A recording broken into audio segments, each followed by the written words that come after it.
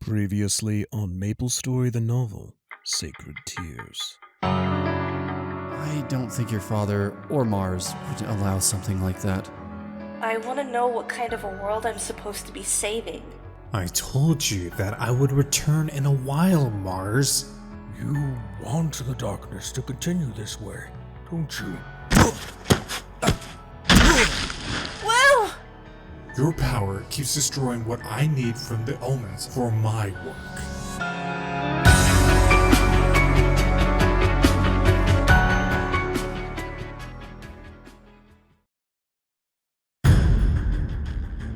And now the continuation of Chapter 20, Part 3.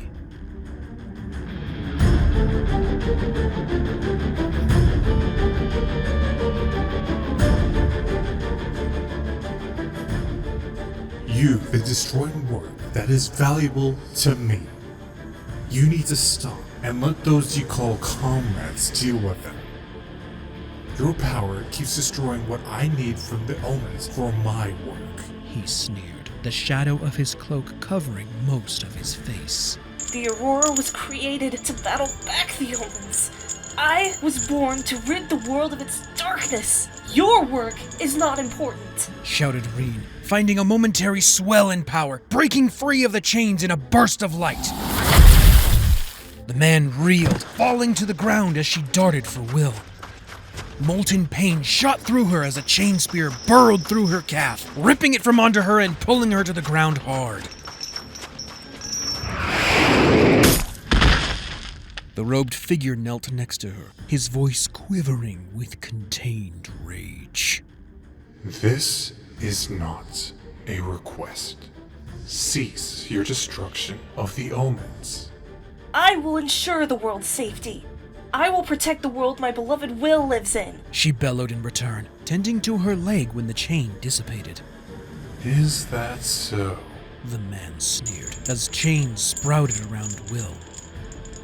Clinking slowly, they wrapped around his body, pulling him into the air above them. Another chain slithered from the sand, coiling links behind the spearhead aimed for his chest.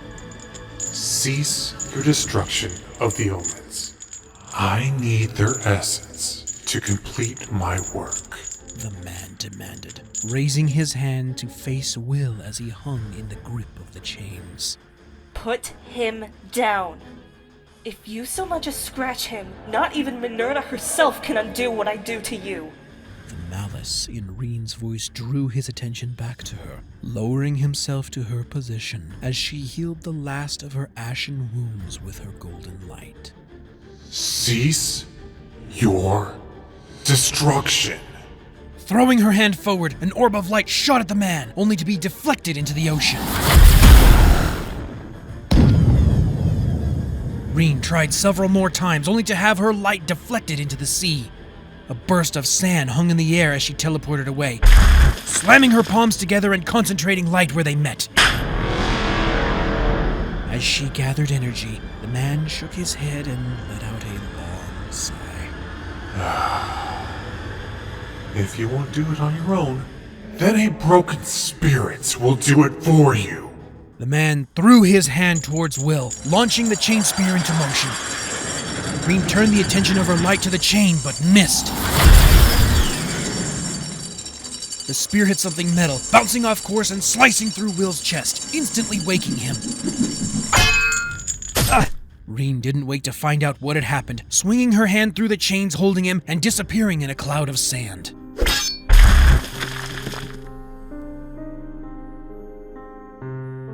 The man turned to see Ariel standing before him, giant axe in hand.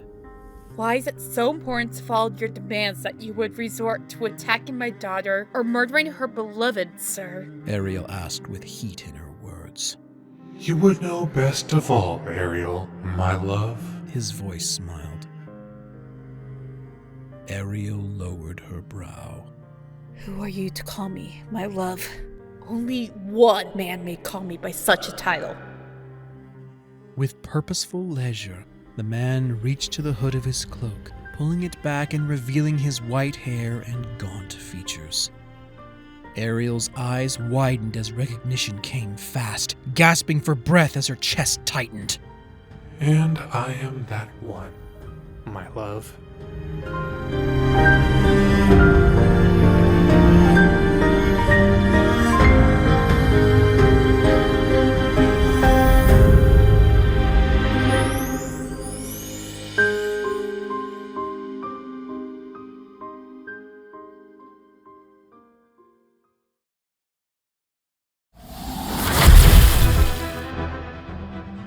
Bursting into existence, Rhinne and Will appeared back at the temple. The minute they did, Will collapsed to the ground beside her. The acolytes practicing in the yard quickly helped them to the infirmary, where Rhinne and Tasia began assessing his wound. Removing his robe revealed the full seriousness of it. A long gash spanning the length of his side oozed blackened blood. The skin around the wound had begun to turn black, spreading as far as Rhinne's hand, and the flesh within the wound puffed ash from it. Curse this dark magic in all its forms. Rhinne hissed. Tasia began to cut away the dying flesh, while Rhinne healed the wound close behind her precise cuts. Can you slow down a little? I can't see what I'm doing. Tasia commanded, as Rhinne relaxed and allowed her to work. Sorry, I'm just... It's all right. I care about him too, you know. Tasia grinned, cutting away the last of the dead flesh and stepping away so Rhinne could heal the last bit. Rhinne, is that you? Yes, I'm here. Just lie still. I'll get this wound healed. She whispered, carefully dragging her fingers the length of the wound, golden light burning away the ashen flesh and closing the skin. Tasia reached for a vial of tonic, splashing it on a towel and wiping it over the wound as she cut away the last of the necrotic flesh. As she finished, Tahir came in with a silent rage playing across his face. "What's wrong?" I'm fine, Commander. Will grunted as Rhinne gave a quick explanation of the events and the mysterious second person who saved Will's life. Whoever that other person was saved him from what could have been much worse, Tahir muttered as he thought, crossing his arms over his chest and taking on a much more grounded stance. "Tell me everything, both of you," Tahir commanded. With as much clarity as they could, Will and Rhinne recounted the events of the evening.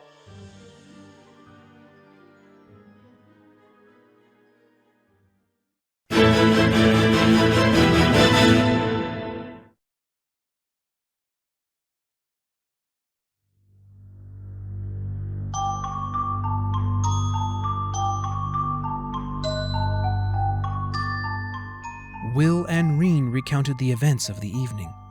Mentioning the man in black robes kept his attention fixed. There was always a feeling near Dane and his lab that something wasn't right. He almost made himself believe that Dane's work with the omens and the darkness gave him the feeling. But with his obsessive behavior, locking himself within his lab for weeks at a time, the increasing frequency in the appearance of stronger omens, and now the appearance of this black cloaked figure, the identity of that man was becoming more concrete. "Tell me something, Rhinne. Did you get a good look at this cloaked man's face?" asked Tahir. Rhinne shook her head after giving the question deep thought. What are you thinking, Commander? Will asked, sitting up in his bed but clutching at his side. "The omens haven't been increasing in number because the darkness is getting worse. Someone is creating omens," Tahir said solemnly. Will's eyes became wide as his face lost its color. No, it couldn't be. What? What are you thinking? Shouted Rhinne.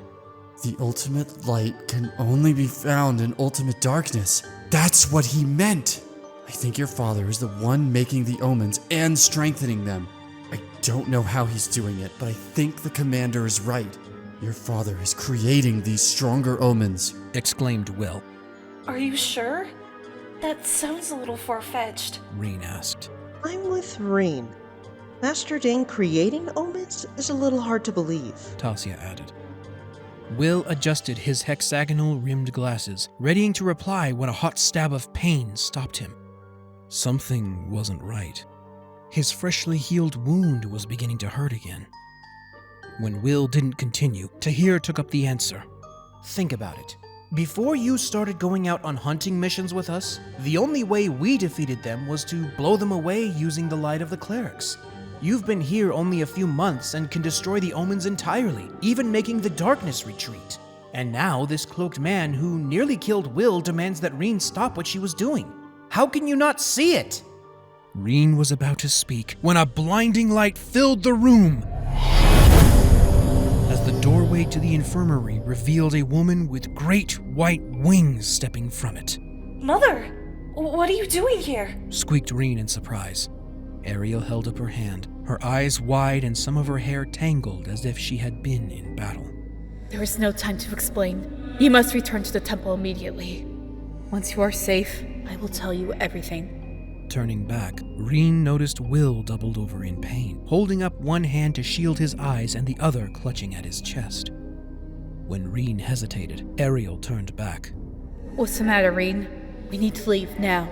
Ariel commanded. Rhinne walked to Will, standing between him and her mother as she took his hand away from his eyes. Will, what's wrong? Not sure. My chest hurts. It's getting worse. Pulling his hand away revealed a large bruise on the side of his chest, some of the skin swelling in black pustules. What is... Rhinne, we have no more time. We must leave now. Not before I find out what's wrong with Will. He may mean nothing to you, but he means quite a lot to me. Tasia immediately came over to see what was wrong, her eyes going wide as she grabbed a nearby scalpel, carefully cutting into one of the pustules. No sooner had the blade punctured the skin than a stream of black ooze jetted from the puncture, tearing open the rest of the bubble and billowing a cloud of ash. Rhinne and Tasia jumped back to avoid it, watching as the bruise continued to spread up his shoulder and bicep. Can you get ahead of it like before? Rhinne asked, holding up a healing spell that seemed to slow its progress. Not at this rate. Tasia answered, grabbing a nearby matrix and laying it over his chest, allowing her to see inside his body. I don't know what this is, but his internal organs are beginning to liquefy. If we can't stop it, his entire side will evaporate. I can try to use my light again like I did when he first came here. Rhinne suggested when Ariel stepped beside her, looking over Will with wide eyes. Not with your power. Not this time. I know this magic, but I haven't seen it in some time. It's called anti-magic, and it's hard to remove. Even for a goddess like me. But you can remove it, right? Rhinne begged. Ariel turned Will to face her, sighing heavily. Well, I can remove this. It is called anti-magic. Combined with the darkness you have infecting you. Ariel closed her eyes and sighed with a long breath. It is challenging to remove. But to remove it, you must endure a dangerous level of my power that could kill you. Will looked at Rhinne and her lonely eyes, clenching his jaw as he locked gazes with the goddess. It's for Rhinne. I will withstand it, he stated. Sighing, Ariel laid him down on the medical cot, turning her palm to the wound as power gently flared. That's another good thing my daughter inherited from you humans. Your tenacious refusal to accept dire circumstances. She smiled, beginning to apply her power. Rhinne, Will needs your power as well. You will surround his life force and protect it from me. But how do I... Follow your heart. You will know how. Ariel smiled as Rhinne held her palms to Will, a gentle golden light hovering over his chest. Minutes passed as hours, each second more and more power flowing from Ariel's hand as the wound healed. Will started to grunt in pain, clutching his jaw hard enough that his teeth creaked. Grabbing a nearby belt, Rhinne folded it and put it in his mouth. Still, the power increased. The world around them began to shift and warp, and still, the power and pain rose. Rhinne could hear Will's screams over Ariel's power as his whole body writhed and twisted, trying to ease the pain to no avail. Just when Rhinne was about to stop her mother, Ariel ceased. And Will fell to the bed, as still as stone.